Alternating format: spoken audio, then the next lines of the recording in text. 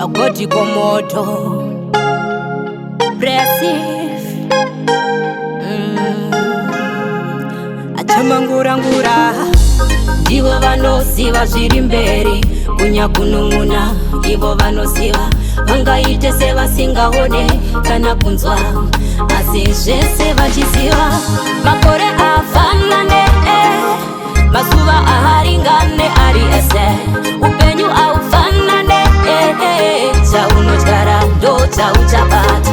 Makore afanane, mazuva aharingane ari ese, upenyu aufanane, chaunodyara ndo chauchabata. Upenyu ikomo risina hwiriko, asi vamwe vakakwidza kusvika ikoko. Ndaramo inorwadza isina pundutso, asi shingirira uripo muripo. Shungu yeraramo iyo yaita ufunge upenyu wasvika kumakumo. Tarisisa chiedza chiri mberi, mukana unouya asi unosiyana. Upenyu aufanane, kana mazuva ekufa ahambofanana. Upenyu aufanane, kana mazuva ekufa ahambofanana. Makore afanane, mazuva aharingane ari ese, upenyu aufanane, chaunodyara ndo chauchabata. Makore afanane, mazuva aharingane ari ese, upenyu aufanane, chaunodyara ndo chauchabata. Kana paripo pavakakuchengetera ese, kumbira mugove wako. Kana paripo pavakakupfumbatira tenzi, reva mupimo wako. Ivo vanosiva zviri mberi kunya kunun'una.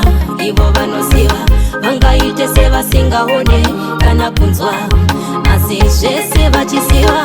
Ndangariro dzingakubaya muhana wozvibvunza kuti koini sei zvaunofunga zvimwe yazvimbopera. Mirira nguva usazvinetsa. Makore afanane, mazuva aharingane ari ese, upenyu aufanane, chaunodyara ndo chauchabata.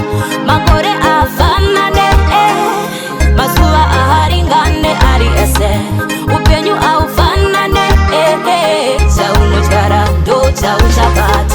Shungu yeraramo ndiyo yaita ufunge upenyu wasvika kumakumo. Tarisisa chiedza chiri mberi, mukana unouya asi unosiyana. Upenyu aufanane, kana mazuva ekufa ahambofanana. Upenyu aufanane, kana mazuva ekufa ahambofanana. Makore afanane, mazuva aharingane ari ese,